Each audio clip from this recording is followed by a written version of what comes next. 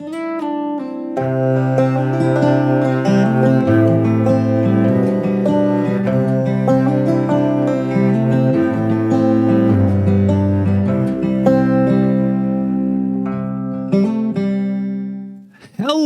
everyone. My name is VivianJade, the trained unprofessional, and holy crap, it's been a long time since the last episode of this.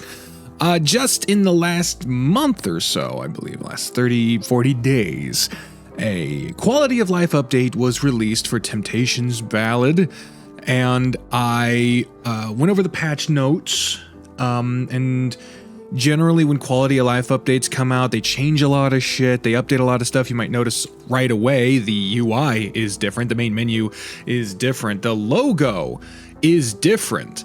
I'm going to see if I can extract that to use on the thumbnails, but yeah, in the meantime, there is a number of things that have been updated, added, changed, reworked, and when that happens, a tale as old as 6-7 years on this channel, generally it's just a good idea to start your save files over anyway. It's just a fact of life for this thing that we do. Before I do that, however, I wanted to quickly look through. Okay, so we're not looking at that, but as you can see, there's like grayed out spots. There are CGs we have yet to unlock. And there's multiples.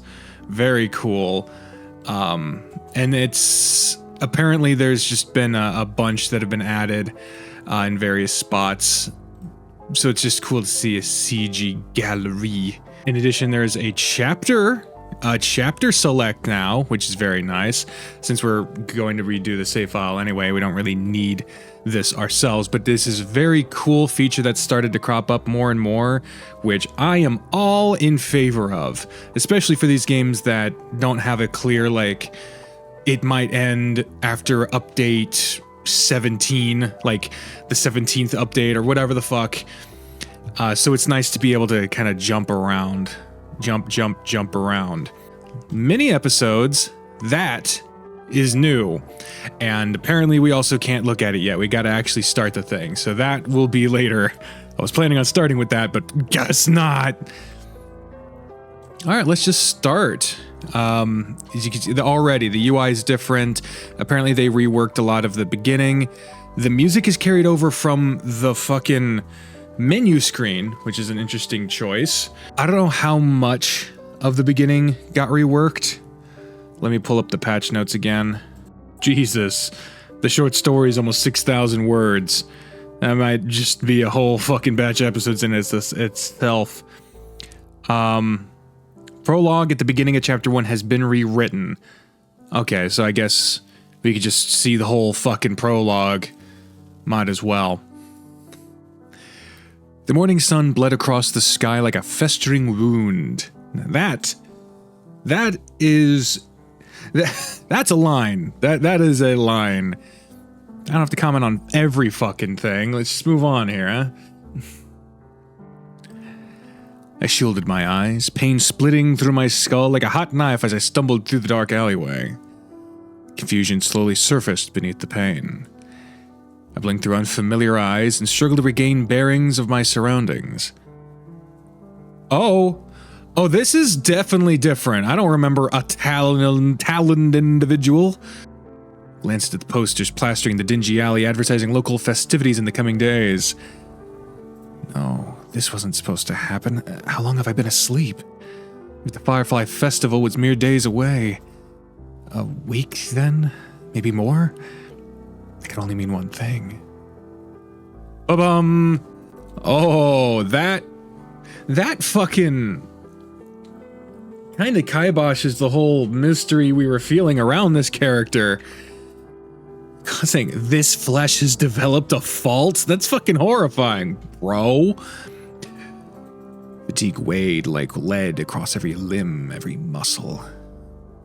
I could feel my body scream in protest as I struggled to step out of this musty alleyway and into the city proper. This long and unintended nap certainly threw a wrench in the works. No matter, there was still time to salvage my plans and put everything back into motion. I sucked in a deep breath into my burning lungs, and lifted my head, blinking wearily against the rising sun. That looks cool. The city of Axia. My city. Famed across the kingdom for its advanced arcane research, its vast array of hard-working craftsmen, and home to the esteemed royal family of old. Axia was a noble city, indeed. Some dare say it was even the center of the world, favored by the Creator and her infinite blessings. Others would call it a monument to man's hubris. I took in a deep breath and looked across the bustling streets, allowing the sky's golden hues and cooling winds to wash over me. Whatever people say, none can deny its beauty. My chest fluttered with fondness as I leaned against the alley wall while slowly taking in the view. I loved this world, and this city at its so-called center. I truly did. And yet, this world is rotten, finite. I reached out my feathered hands and grasped the morning rays between my fingertips. Resolve burned within me, brighter and fiercer than any pain this decrepit body could inflict upon me. I hereby swear with what little strength yet flows in my veins, this rotted, decaying world will be made better. And I pity the fools who dare stand in my way. I pity the fool. Dun da da dun da da dun da da dun da da dun da dun da da dun da da dun da da da da da da. Holy shit, the text is still weirdly sized. Okay, so I guess that was the prologue. I'll be moving through a bit to see what is new, what is different. I really do like the new UI. I mean, it's a little weird having the arrows just sort of floating off to the side. I think it would kind of work better if they had like a solid thing behind them, because they're just sort of sitting there. But I do like the nameplate and the woodwork on that juxtaposed with the metal of the other stuff. It is nice. It is. What the fuck? What the fuck is this? Why is he sideways with his legs cut off? His thick, meaty legs. Maybe that's just like, nope. I was hoping, because sometimes when you're skipping through, the sprites don't map properly in some games, but I get maybe he's supposed to be laying down. I mean, this is the scene where he's fucking around with the broom, but like, no, it's even got animations and everything. So unless this is a wildly mismapped sprite, I don't know. This was something that was in the patch notes. The kids being like, yeah, bishops, fuck. What the fuck? What the fuck? Oh, and she denied it. Was wed to no man, yet through an act of divine providence I was gifted with child. But you got the virgin birth. That's another thing that got updated. Artemis sprites got way more ironed out and less sketchbooky. Holy hell, it's almost hard on the eyes. But it's probably just my fucking monitor, to be honest with you. I have a pretty old TV as my second monitor. The sprites coming off the bottom and showing where the legs are exposed is a little illusion breaking. I don't know. What the blazes is going on in here, motherfucker? Blazes is right. It was fire, you see. That's something else that changed is apparently all the places where Artemis was referred to as the vessel is now the reservoir, which I can understand the capacity of like a holder of divine power, a reservoir of that energy makes sense, especially with like the river and dam thing that we saw in the Mindscape on the last episode. But like, that's just a weird name to call someone. It's like when Natalia was calling herself the boat, best of all time, makes sense. but like, it's also a boat. We'll say something that I've noticed while skipping through was in the patch notes, is that when skipping, the sound effects are muted, which is quite nice, especially for someone that has to skip through a lot. Hey, the new story has been added to the mini episodes. Very cool. Kind of looks like Artemis filleting that sword there. Anyway.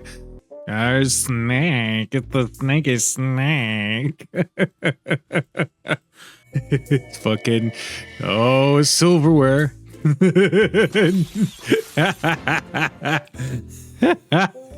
Fucko. It's just fun. It's just fun, damn it. Here we go. Character glossary as of chapter 3.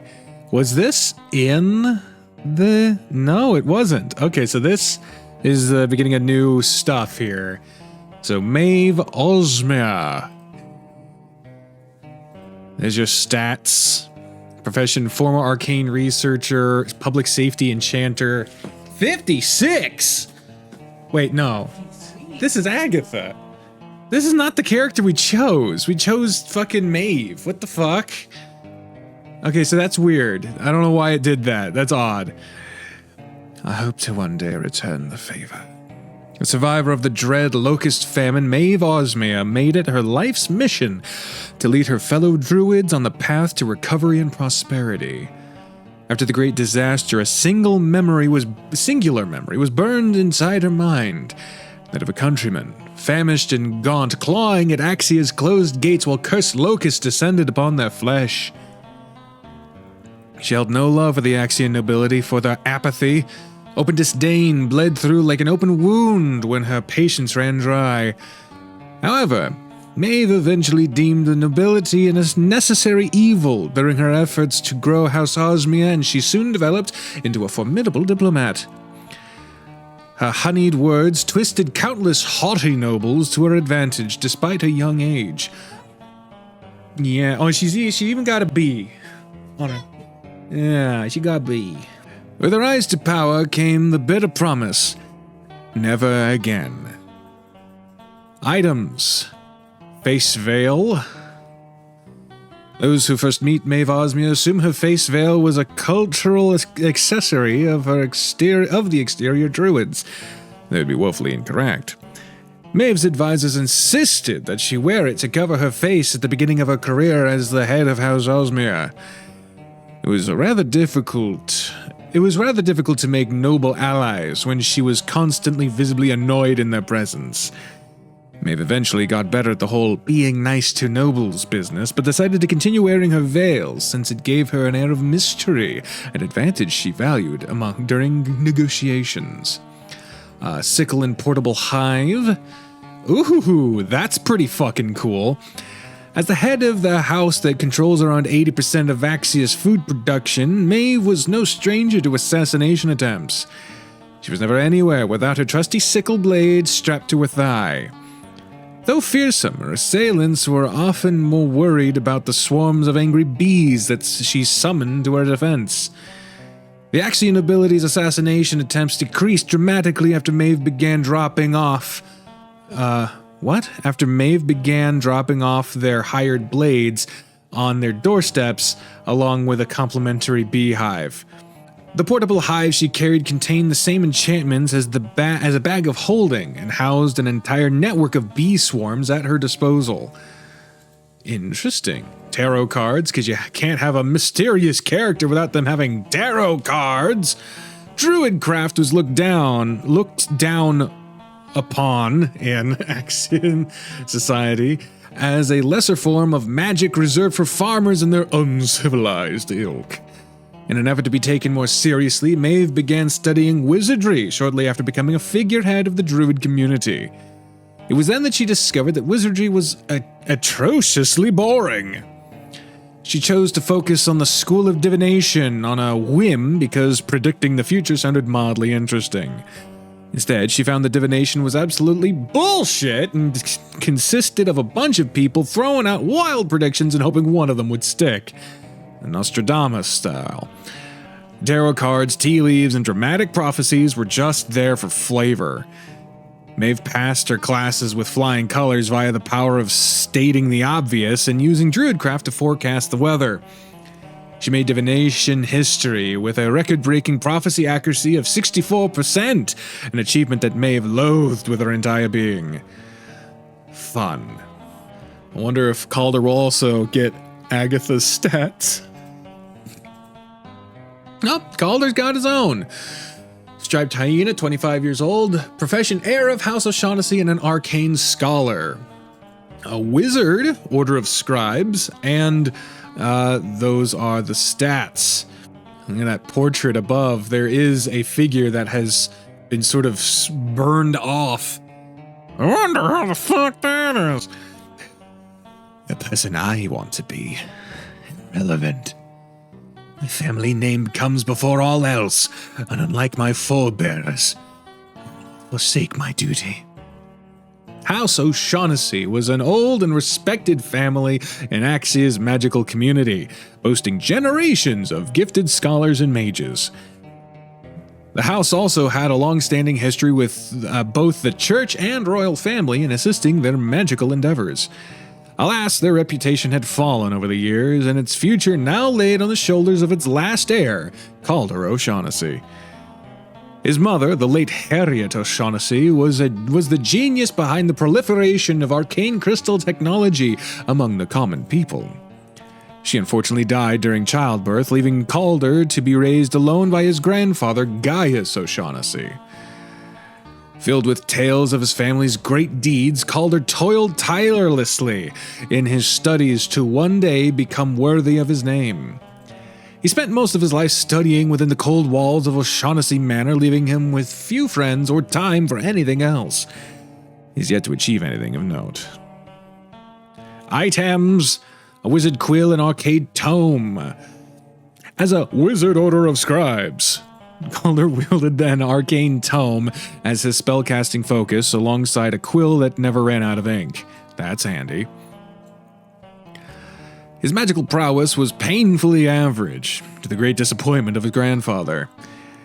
Calder had always struggled with spellcasting on the fly and preferred ritual casting, the art of etching spell glyphs on ink and paper and storing them for later use.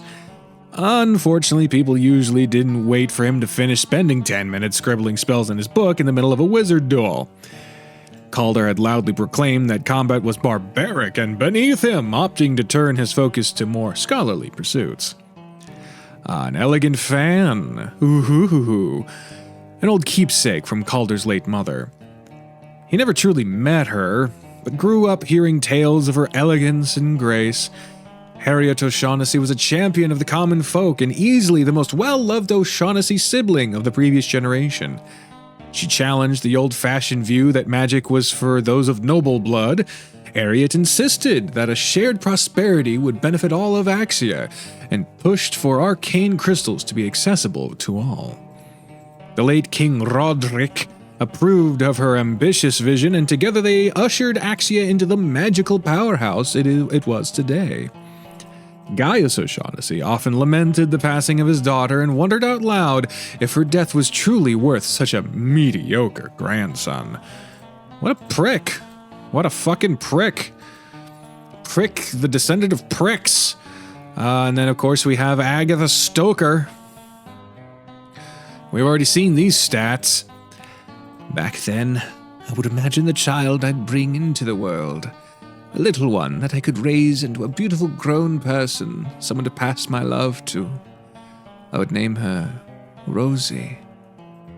There were many whispers within scholarly circles about precisely why a talented enchanter like Agatha Stoker was removed from the royal family's service. The public story was that King Roderick grew furious because Agatha was unable to save his dying wife from her chronic sickness.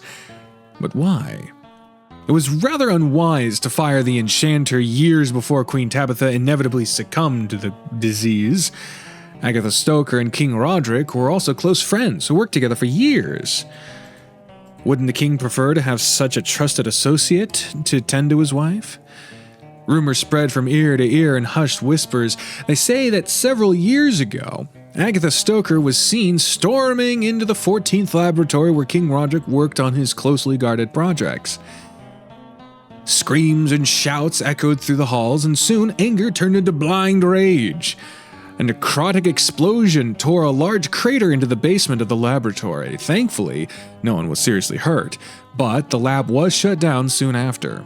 No plant life grew within the blasted heath to this day. Afterwards, the enchanter was quietly let go.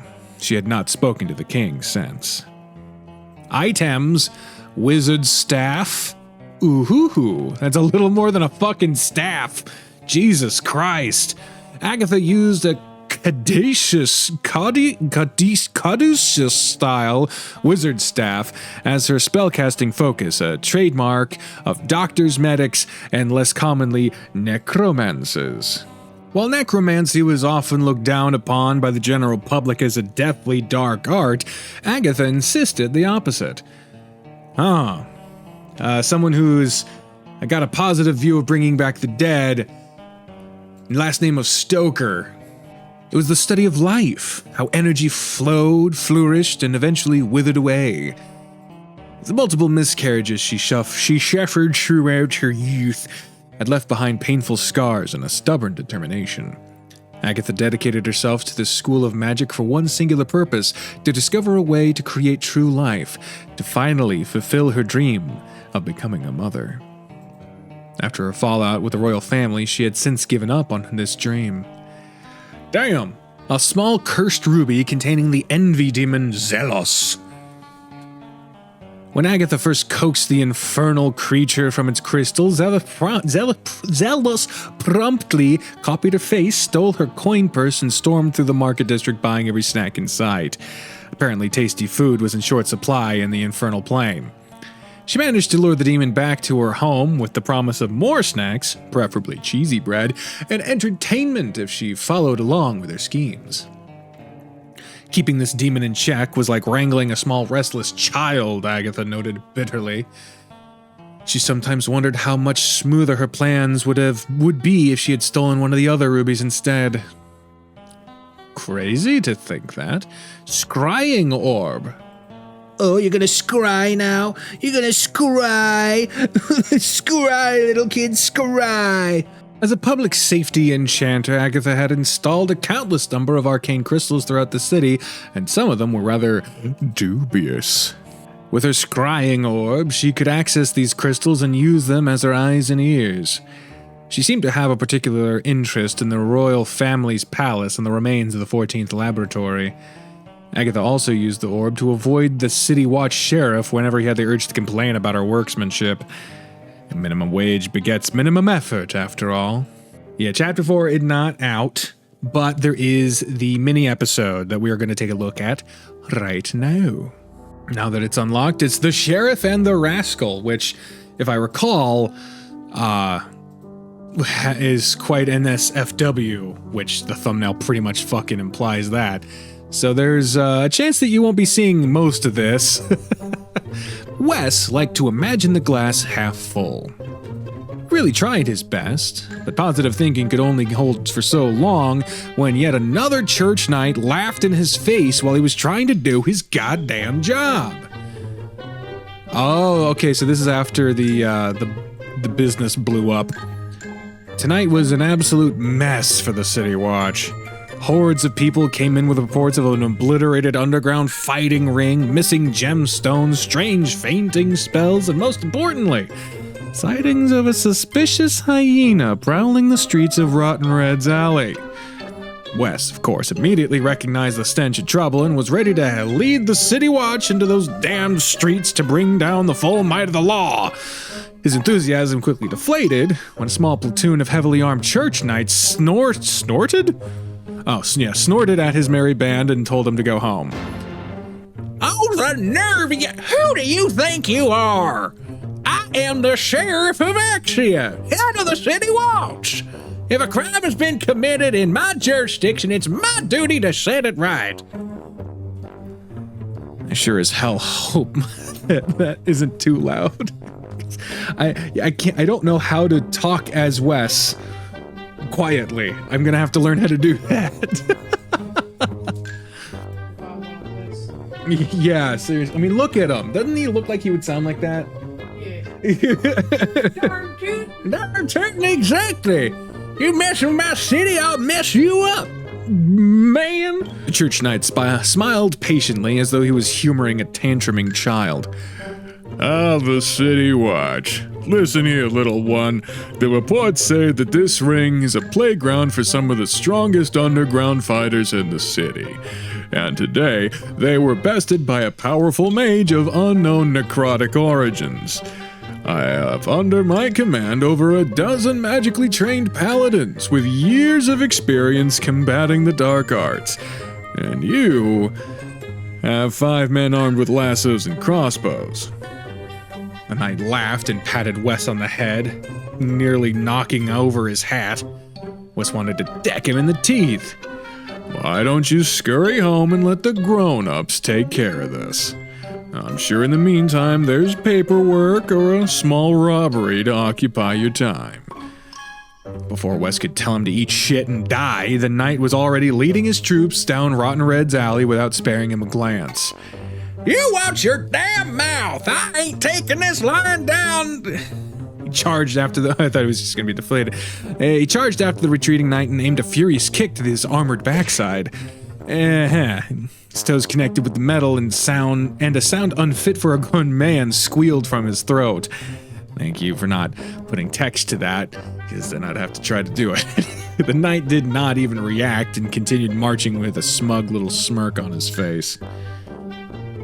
As Wes crumpled to the ground, clutching his tender digits, his fellow City Watch guard shuffled up behind him awkwardly. Hate to say it, boys, but I think this one's out of our hands. How can you give up so easily? Have a little self-respect.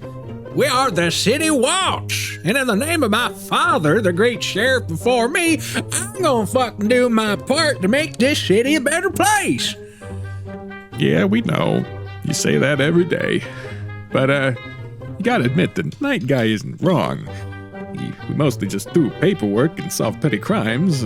I'm just saying, evil mind-controlling wizards and underground fighters might be just a tiny smidge out of our league. The rest of his tiny band of guards nodded mournfully in agreement. Oh, for the love of... Ain't there a single ounce of pride among you? I mean, when the last time the City Watch was hired for anything serious? The biggest job we had this week was helping an old lady find a lost purse, and maybe helping a directionally challenged kid back to his parents at the market. Most people are just hiring adventurers like that Bonebreaker Guild for big jobs anyway. Wes felt a blood vessel in his temple pop as he sucked in a sharp breath of air. The other City Watch guards gulped and immediately took a step back. Out, all of you out. I'm not... There are people in my home who work from home who are still on the clock. I'm not gonna be screaming that right now. Fine, go crawling back to the City Watch offices, you useless layabouts. Who even needs you anyway? God damn.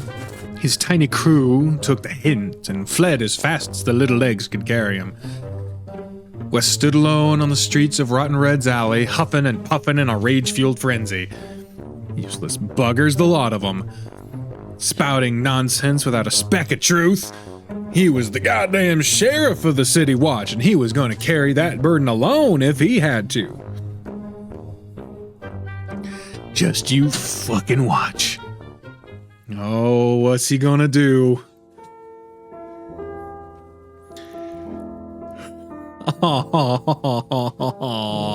Wes spent another 2 hours trying to sneak into the crime scene, and each time he was rebuked and thrown out with all the dignity of a misbehaving child.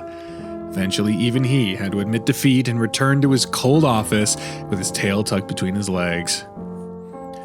Wes collapsed into his chair and stared at the small portrait of his father on his desk.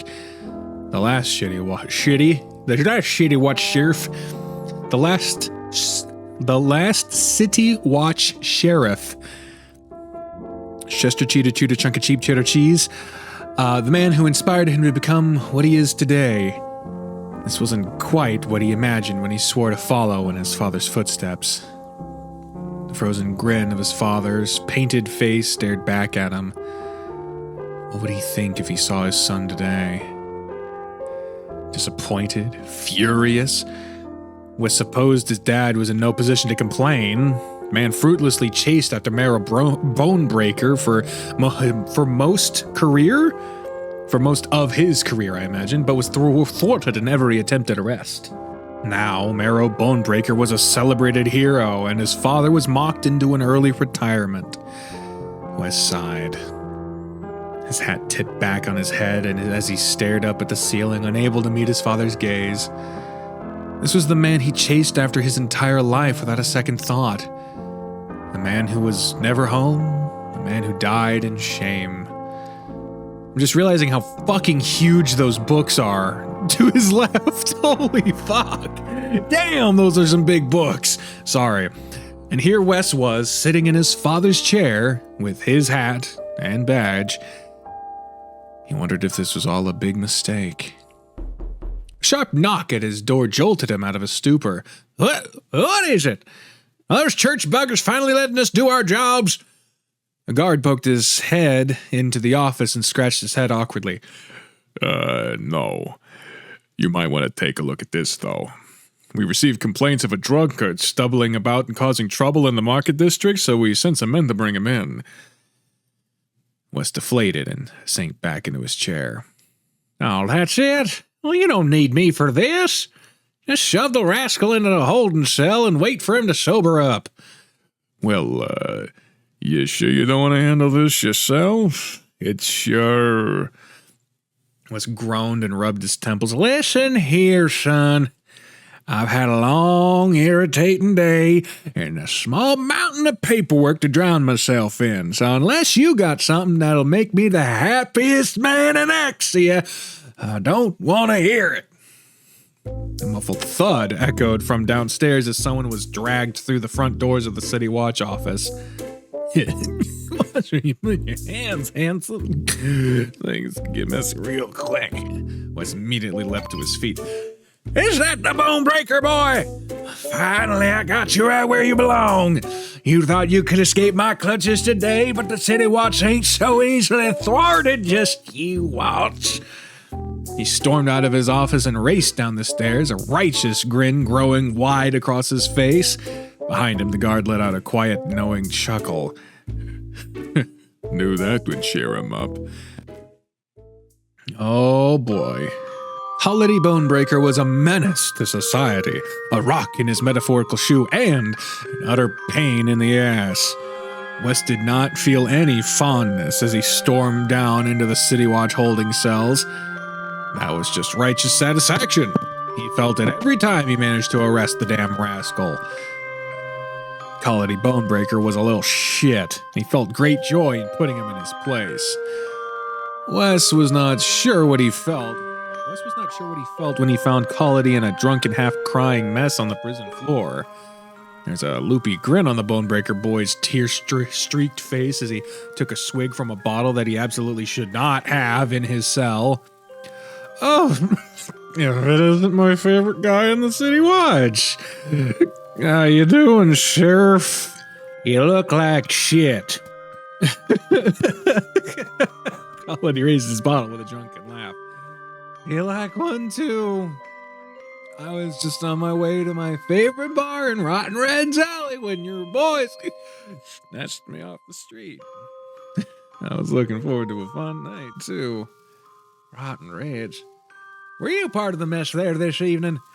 Of course I was. Menace to society, Holiday Bonebreaker at your service. Hyena laughed bitterly and took another swig of his drink. He growled and snatched the bottle out of his hands through the prison bars. Who lets you keep your drink in your cell? What the fuck? Without missing a beat, Colody reached into his loincloth and produced a second bottle. One sip. Got plenty more where that came from. Rascal kept grinning and giggling despite his damp eyes. He frowned and leaned closer, squinting through the dark prison cell. What's got your knickers in a twist today? You look... Well, you haven't argued or tried to escape or anything yet. And, well, you're a troublemaker, but drunken disorderly conduct ain't your usual style. Colody gnawed on the lip of his bottle, his smile faltering slightly. Didn't want to think about. Hyena frowned. Before Wes could protest, Colody began stubbornly downing his drink. He gulped about half of it before the bottle slipped from his clumsy fingers and spilled all over the stone floor. Fuck. Okay, I might have lied. That was my last bottle. Wes watched as Colody stumbled to the door of his jail cell. Hyena rummaged through his loincloth and pulled out a set of lockpicks. With an irritated grumble, he fiddled with the cell lock through his shaky fingers. We replaced the locks with one of them newfangled complicated ones. You ain't getting through with regular lockpicks, Colody. Hyena scowled as he struggled to keep his hands steady. I used to be good at this, you know? If I had my old Tinker's kit, this thing would be open in a snap. It was a good kit, too. Real artificer's toolbox. Too bad I left it on my ex's place before we broke up. Wes raised an eyebrow and tried his best to not look curious. Huh. You never seen the Dayton type. Collie flashed him a bitter grin. I'm not. He was my first and my last. He was a good man. He was a big shy blacksmith in the Craftsman Square. Had a real big future ahead of him. Collie seemed to have given up on the delicate art of lockpicking and elected to stab the keyhole impatiently instead. Too bad he met me, huh? Menace to society, Collie Bonebreaker, at it again. I fucked up. And he lost his job and his future. Ended up as a black market peddler to keep food on the table. But he was good at it, though. He made a decent name for himself. Even set up a pretty nifty underground fighting ring. Wes blinked. Wait, you talking about that underground ring that blew up today? Colody let out a humorless cackle. Yeah, that's the one. Haven't seen him in years, and the first thing I do is ruin his life again. Man, I'm on a roll, aren't I? His lockpicks clattered onto the stone floor as he pressed his head against the cell in a defeated slump. Colody grumbled and reached through the bars for the bottle in Wes's grip. Wes frowned and smacked his hand out of the air. He said he misses me. How fucked up is that? Wes stared at the crestfallen hyena quietly. You know, drunk and disorderly conduct is a pretty minor offense. We probably don't need to keep you here overnight. He clicked open the cell lock. Colody let out a yelp and fell forward as the cell door swung open. Wes grabbed the little hyena before he hit the floor and held him upright. Rascal was terribly light. He let out a grunt as he gingerly proceeded to bridle carry Colody out of the City Watch dungeons. Colody squirmed in his grip and blinked, barely coherent. Where are we going? Jail cell probably ain't the best place to nurse a hangover. I got a cot in my office and water if you need it. I'm fine. You ain't walking home in this state, let me tell you. Unless you want me to send word to your father? Colody snapped his mouth shut with a grimace. Fine. Didn't think you'd be so desperate to get me in bed. Wes felt the hyena wriggle his hips suggestively in his grip, the waistband of his loincloth hanging dangerously low. He gulped as a flash of heat spread across his face. This ain't the time or place, Colody. You know, I was there. I knew there was a reason why you kept chasing after me. You enjoy the view back there? Oh, the one time I tried to do something nice. This hyena was going to be the death of him. Now back into the desk of the giant books. Wes tossed the rascal onto the rickety old cot in his office and shoved a mug of cool water into his hands. Colony made an effort to complain every step of the way, but his exhaustion got the better of him and passed out as soon as his head hit the pillow. Soon he was snoozing peacefully. Wes threw a blanket over the hyena's barely clothed form and busied himself with his paperwork. The room was quiet for several hours, save for the gentle rise and fall of Colony's breathing and his own scratching quill. It was a relief. He didn't care about the Bonebreaker boy or whatever mess he'd gotten himself into. Of course not. But it was strange to see his usual bratty and overconfident smirk replaced with that self-loathing grin. It made catching the guy a lot less satisfying. Wes sighed and tossed his quill back into the inkwell with a sharp tink. This was his life now, wasn't it?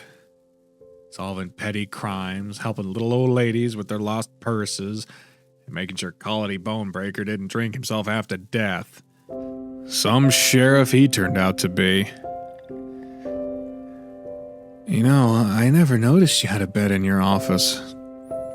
Do you haul your prisoners in here often?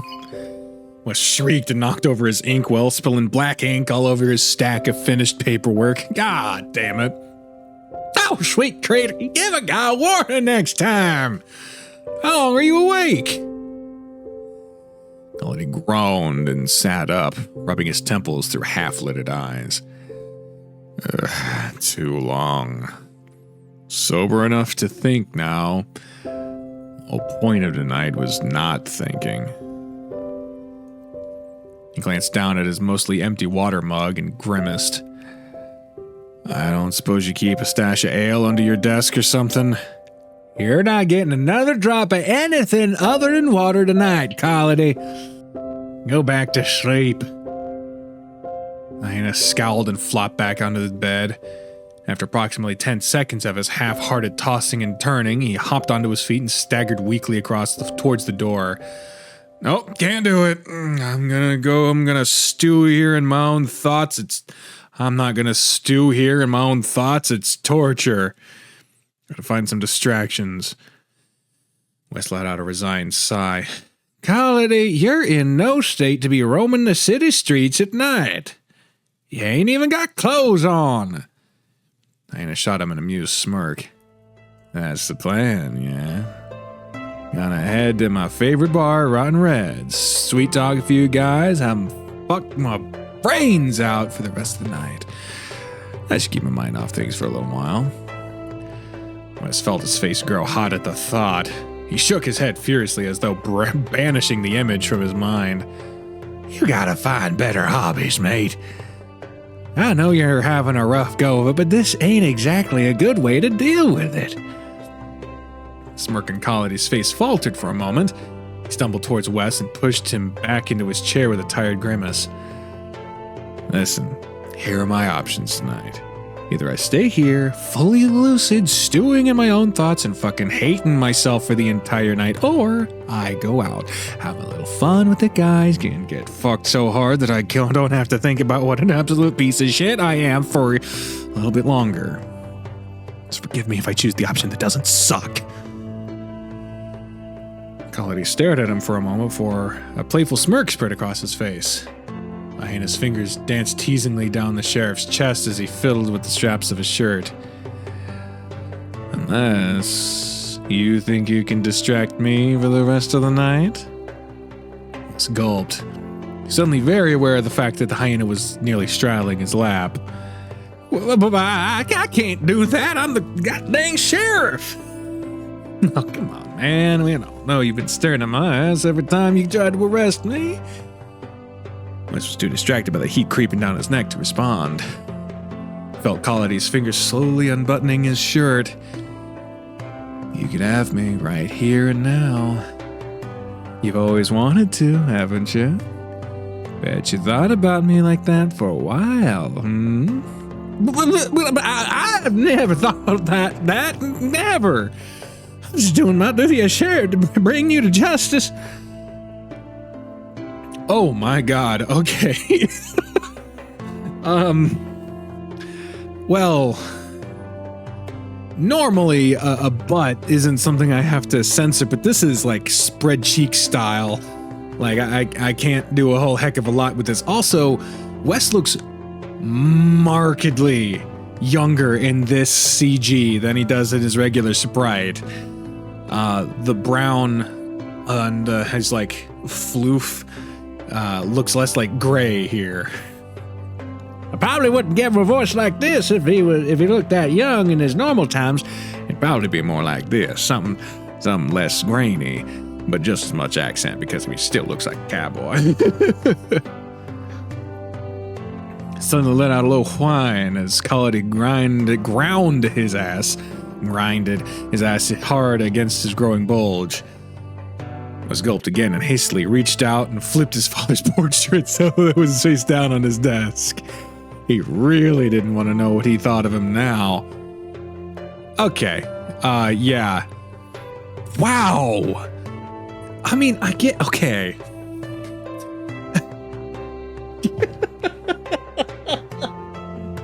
So, proportions aren't needed to be like totally realistic given setting, circumstance, the type of characters, stuff like that. But goddamn, I mean that looks like you would be given. You could give a heart surgery to Cole with that fucking thing. Jesus fucking Christ.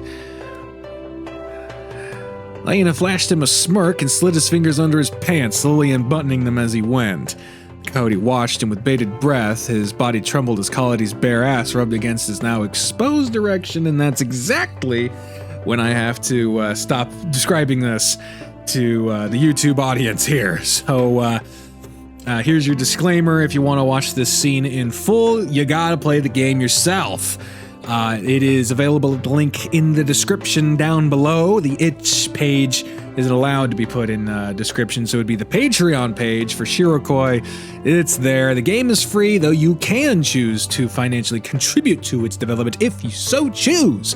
That being said, I will describe the scene, what happens once it is done, in a little bit. See you at the other side here.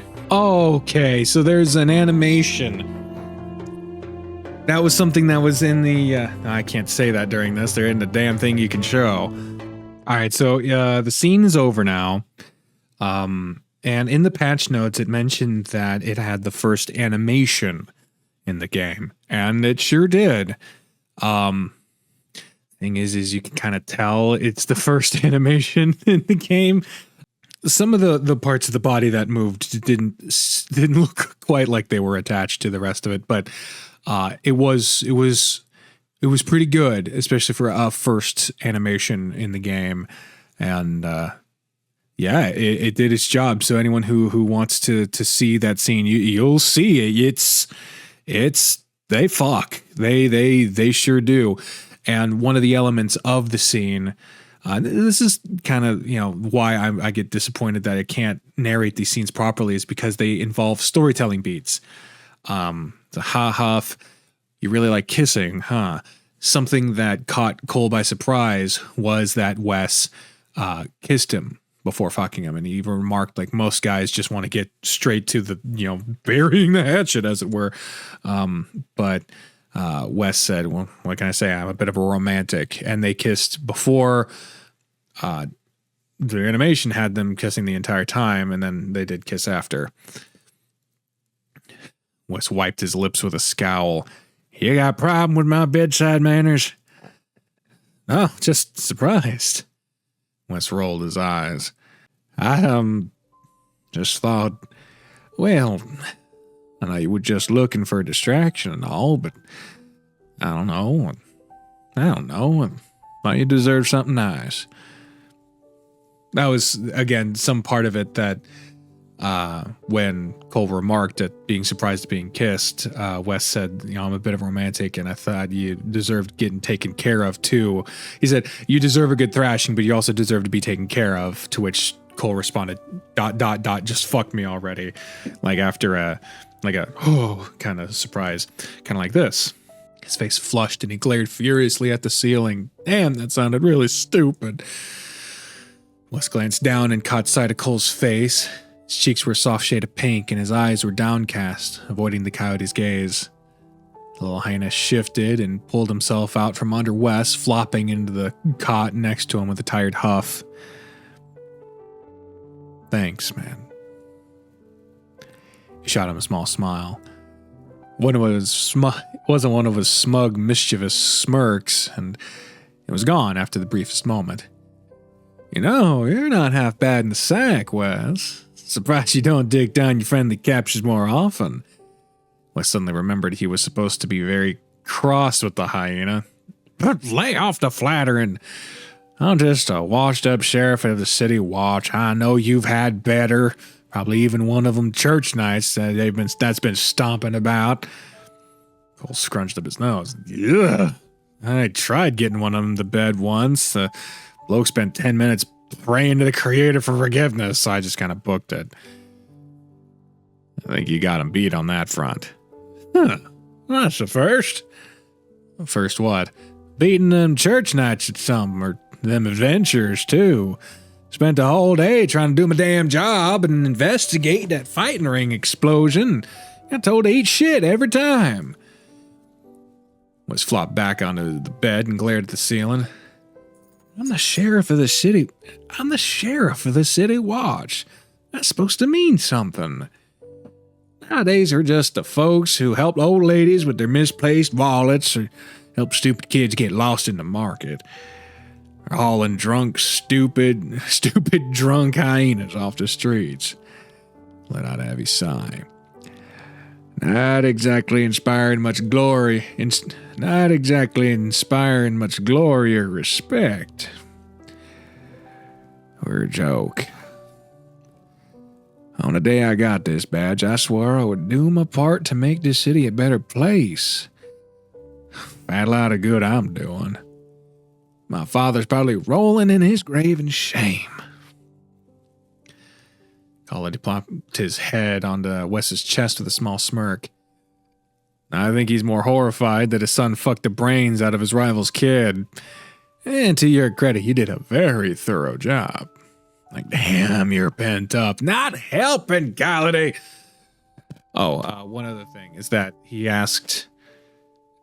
Cole asked Wes to call him Cole. I think he said, like, at least during this, but, whatever. Alrighty, well, how's this?